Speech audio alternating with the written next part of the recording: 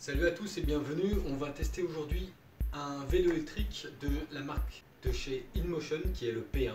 Mais tout d'abord, si vous le voulez, j'ai fait une première review d'un des produits de chez InMotion qui est le K1, qui est un skate électrique que vous pouvez voir en cliquant sur le lien dans la description. Alors le P1 est un vélo électrique qui, comme je l'ai dit, a été fabriqué par la firme française InMotion, qui est spécialisée dans tous les produits de mobilité high-tech, qui sont des skateboards électriques, des vélos électriques comme celui-ci, des overboards, des monowheels et des choses comme ça. Alors ici on a le P1 qui est un vélo électrique qui est décliné en deux couleurs et en deux types de gamme. C'est-à-dire qu'on a en couleur, on a cette couleur-ci qui est une prédominance noire avec quelques bordures dorées comme ici sur le commodo de phare, sur le témoin de charge, sur le phare avant et sur d'autres endroits.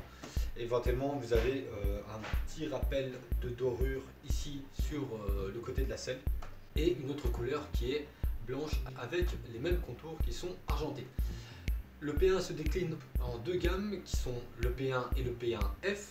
Alors, ce qui change entre les deux n'est pas énorme, mais la différence va être au niveau déjà de l'autonomie, puisque le P1 aura une autonomie de 15 à 20 km contre 35 à 40 pour le P1F, un poids de 12 kg pour le P1 et 13,5 kg pour le P1F.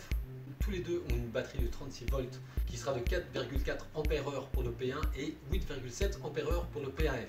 Ce qui en résultera d'un temps de charge de 2h30 pour le P1 et plus ou moins 6 heures pour le P1F. Et dernière différence sera que le P1 sera équipé seulement d'un frein à disque à l'arrière et de deux freins à disque pour le P1F. En sachant également que les deux sont IP54. Alors, concernant les différents éléments du vélo, donc on a un vélo avec toutes les caractéristiques normales d'un simple vélo, qui sont deux roues, une de 12 pouces à l'avant, une de 10 pouces à l'arrière, nos freins à disque qui sont ici, les commandes de frein arrière et avant sur le guidon, la selle naturellement, mais ce qu'il y a en plus, c'est que au niveau électrique, vous aurez la possibilité d'avoir un phare à LED à l'avant du vélo, un klaxon pour pouvoir vous faire entendre dans la circulation et un témoin LED à l'arrière pour signaler aux autres utilisateurs que vous freinez.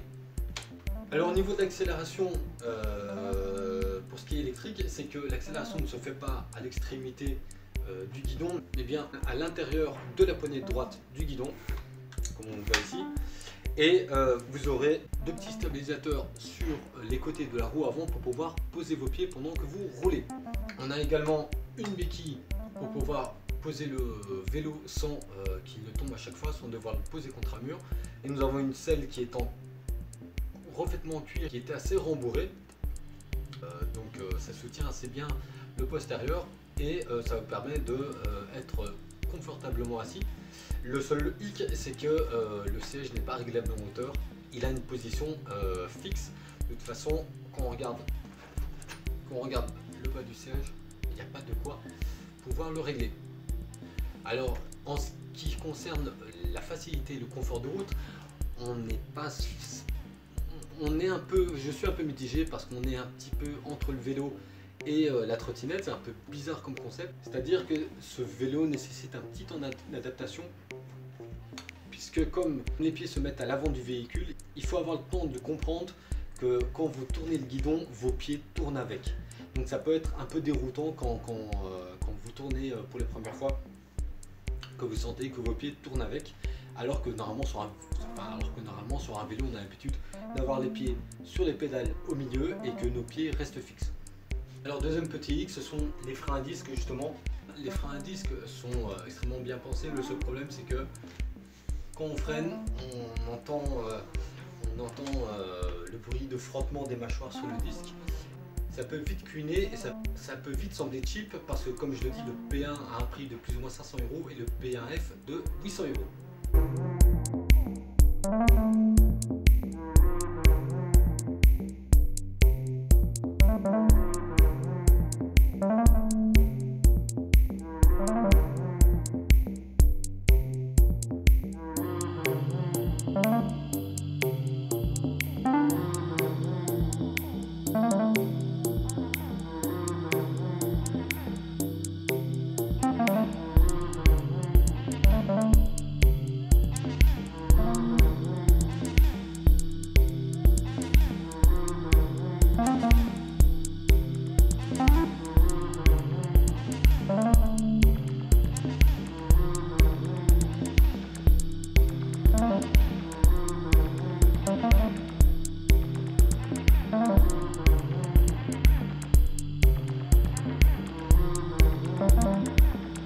ce qu'il faut savoir également au sujet de ces trottinettes, c'est que on a eu beaucoup de cas de moteurs qui s'arrêtaient ou bloquaient carrément.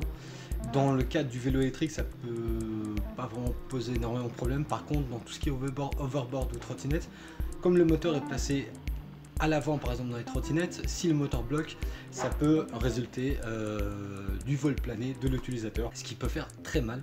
Donc ce sont des produits qui sont très chouettes, mais qui ne sont pas vraiment sans risque.